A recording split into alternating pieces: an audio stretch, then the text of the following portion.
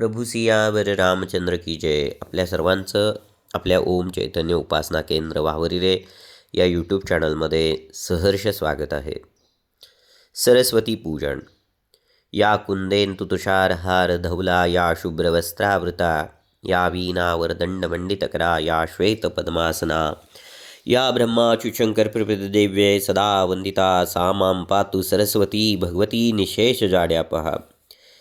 जी कुंदकळीसारखी चंद्र तुषार व मुक्तहारासारखी धवल आहे, जिने शुभ्र वस्त्र परिधान केलेले आहे, जिचे हात विनारूपी वरदंडाने शोभत आहेत, जी श्वेत पद्मासनावर विराजित आहे, जिला ब्रह्मा विष्णू आणि महेश यांच्यासारखे मुख्य देव वंदन करतात, अशी निशेष जडतेला दूर करणारी भगवती सरस्वती माझे रक्षण करो. सरस्वतीच्या स्वरूप वर्णनातच खऱ्या सारस्वतांसाठी मार्गदर्शन सामावलेले आहे. सरस्वती कुंद, इंदू, तुषार व मुक्ताहार यांच्यासारखी धवल आहे. खऱ्या सारस्वत देखील तसाच असला पाहिजे.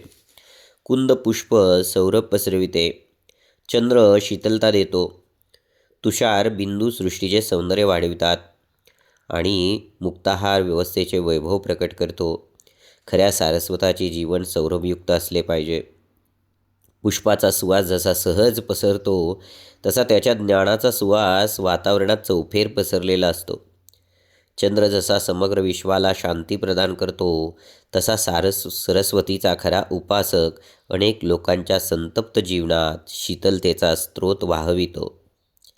यांच्या जीवनाच्या शीतल चांदण्यात अनेक दुःखी जीवांना शांती लाभते. त्याची शीतल छाया सर्वांना माया लावते. वृक्षाच्या पानावर पडलेले दवबिंदू मोत्याची शोभा धारण करून वृक्षाच्या सौंदर्यात भर टाकतात. त्याचप्रमाणे सरस्वतीच्या खऱ्या उपासकाच्या अस्तित्वाने संसार वृक्षाची शोभा वाढते. अशा मानवाला सांगावे लागते की जयती ते अधिकम जन्मना जगत. हार म्हणजे मुक्ताहार. एकट्या मोत्यापेक्षा मोत्याचा हार अधिक सुंदर वाटतो. सरस्वतीच्या उपासकांनीही याप्रमाणे एकमेकांसह एका सूत्रात घेऊन काम करण्याची तयारी ठेवली पाहिजे. विद्वानाच्या शक्तीचा असा व्यवस्थित योग कोणत्याही महान कार्याला सुसाध्य बनवितो. माता सरस्वतीने सफेद वस्त्रे धारण केलेली आहेत. सरस्वतीचा उपासक ही मन, वाणी व कर्म यांनी शुभ्र असला पाहिजे. सरस्वतीचा हात वीणेच्या वरदंडाने शोभतो. वीणा हे संगीताचे प्रतीक आहे. संगीत ही एक कला आहे. या दृष्टीने पाहता सरस्वतीचा उपासक संगीताचा प्रेमी व जीवनाचा कलाकार असला पाहिजे. संगीत म्हणजे सम्यक गीत. वीणेचे सूर जसे सुसंवादित असतात तशी आपली कार्ये देखील जर सुसंवादित असतील तर आपल्या जीवनात संगीत प्रगटेल. वीणेला वरदंड म्हणजे श्रेष्ठ दंड म्हटलं आहे. दंड हा जर शिक्षेचे प्रतीक असेल तर याच्यापेक्षा श्रेष्ठ शिक्षा दुसरी कोणती होऊ शकते. ज्याच्या शिक्षेतही संगीत आहे असा सारस्वत समोरच्या माणसाचे हृदय परिवर्तन करू शकतो. माणसाला मारणाऱ्या दंडापेक्षा माणसाला बदलवणारा दंड निश्चित मोठा आहे. याचे दर्शन सरस्वती माता वीणेचा दंड हातात धारण करून करविते. सरस्वती श्वेत पद्माच्या आसनावर विराजित आहे. सरस्वतीचा उपासक श्वेत म्हणजे विशुद्ध चारित्र्याचा असला पाहिजे. त्याचे आसन पद्माचे असले पाहिजे. ही गोष्ट फारच सूचक आहे. पद्म आसपासच्या वातावरणापासून अलिप्त राहते. चिखलात राहूनही ते लिप्त होत नाही. सरस्वतीच्या उपासकाने देखील स्वतःच्या आसपासच्या समाजात चालत असलेल्या भ्रष्टाचारापासून याच रीतीने मुक्त राहिले पाहिजे. ब्रह्मा, विष्णू व महेश यांच्यासारखे मुख्य देव माता शारदेला वंदन करतात. त्याच्या मागेही रहस्य आहे. सरस्वती माता ज्ञान व भाव यांचे प्रतीक आहे. ही गोष्ट तिच्या हातात असलेले पुस्तक व माळा यावरूनच समजते. पुस्तक हे ज्ञानाचे प्रतीक आहे तर माळा हे भक्तीचे प्रतीक आहे. ब्रह्मा, विष्णू आणि महेश अनुक्रमे सर्जन, पालन व संहार यांचे देव आहेत. या तीन देवांना ज्ञान व भाव यांची गरज आहे. भावविरहित सर्जन ज्ञानाशिवाय पालन व समजून न घेता संहार अनर्थ निर्माण करतात. म्हणून कोणत्याही कार्याच्या सर्जनात ते कार्य टिकवण्यासाठी तसेच त्या कार्यात घुसलेले भ्रष्टाचार दूर करण्यासाठी ज्ञान व भाव दोघांचीही गरज आहे. आणि म्हणूनच कोणतेही महान कार्य करणाऱ्या महापुरुषाने सरस्वतीला वंदन केलेच पाहिजे. सरस्वती माता आपल्या जीवनात असलेली जडता दूर करते, मात्र आपण तिची योग्य अर्थाने उपासना केली पाहिजे. सरस्वतीचा उपासक भोगाचा गुलाम असता कामा नये. दुसऱ्याची संपत्ती पाहून त्याच्या मनात अस्वस्थता निर्माण होता कामा नये. त्याने निष्ठापूर्वक स्वतःची ज्ञान साधना चालू ठेवली पाहिजे. विद्वान माणसाला धनाचा अभाव कधी सलता कामा नये. धनिक माणूस केवळ भोगातच आनंद शोधण्यात भटकत असतो, तर विद्वान माणसाला निसर्ग दर्शनातून, जीवनाच्या भावप्रसंगातून व साहित्याच्या सर्जनाच्या आस्वादातून सहज आनंद सापडत असतो. शिवाय विद्यारूपी धन हे श्रेष्ठ धन आहे. सरस्वतीचे वाहन मयूर आहे. मोर हा कलेचे प्रतीक आहे. सरस्वती कलेची देखील देवता आहे. 14 विद्या आणि 64 कला हे सर्व सरस्वती उपासनेत येते. कला जीविका प्रदान करते आणि विद्या जीवन देते. अशा रीतीने सरस्वती आपल्या समग्र अस्तित्वाला व्यापून आहे. सरस्वतीच्या उपासकाची कदर समाज करो वा ना करो, ज्ञानाचा वाहक म्हणून त्याचा सन्मान करून भगवान अवश्य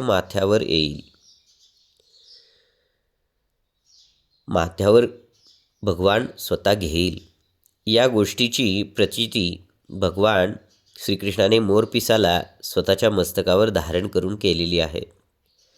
श्रीमद आद्य शंकराचार्य गोपाळकृष्णाला सुपिच्छ गुच्छ मस्तकम असे संबोधून त्याची बिरदावली गातात.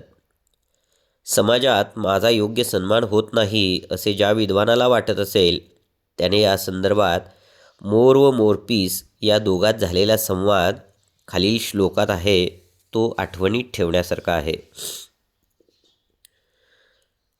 अस्मान विचित्र वपुस्तव पृष्ठलग्नात कस्माद विमुच्यसी भवान यदि वा विमुच्य रे नीलकंठ गुरु हानिरियम तवैव गौपाल सुनु मुकुटे भवती स्थितीर्णः. मोरपीस मोराला म्हणते, दीर्घकाळपर्यंत तुझ्या पाठीवर राहून मी तुझी शोभा वाढवली आहे. अशा मला तू का झटकून टाकतोस? भले तू मला सोडित असशील, परंतु त्यात तुझेच मोठे नुकसान होणार आहे. तुझी शोभा नष्ट होणारी आहे. माझे स्थान तर भगवान गोपालकृष्णांच्या मुकुटात आहे. स्वतःचा तिरस्कार करणाऱ्या समाजाला कोणीही खरा विद्वान उपरोक्त गोष्ट सांगू शकतो.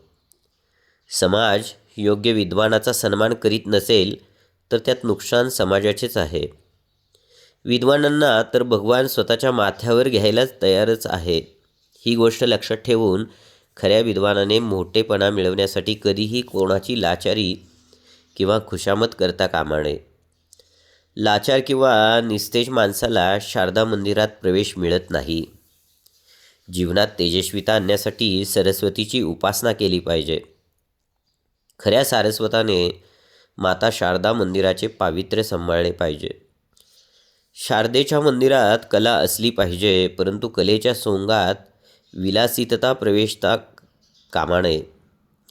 शारदेच्या मंदिरात विद्या असली पाहिजे, परंतु विद्येच्या नावाने अविद्या विकली जाता कामा नये. शारदेच्या मंदिरात प्रेम असले पाहिजे, परंतु प्रेमाच्या नावाने मोह उत्पन्न होता कामा नये.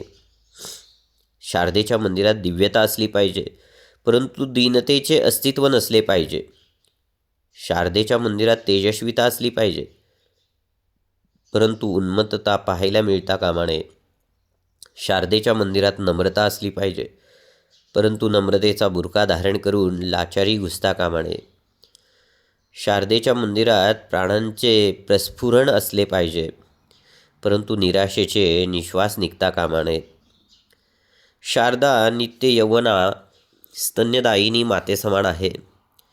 ती तिच्या उपासकांना जीवन प्रदान करते, त्यांच्या जीवनात कवण निर्माण करते आणि त्यांना त्यांच्या शक्तीचे खरे हवन समजावते. माता शारदेला, माता सरस्वतीला लक्ष लक्ष प्रणाम. प्रभु सियावर रामचंद्र की जय.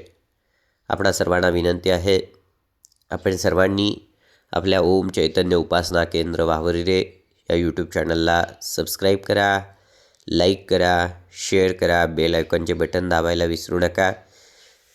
तसेच कमेंट करायलाही विसरू नका. प्रभू सियावर रामचंद्र की जय.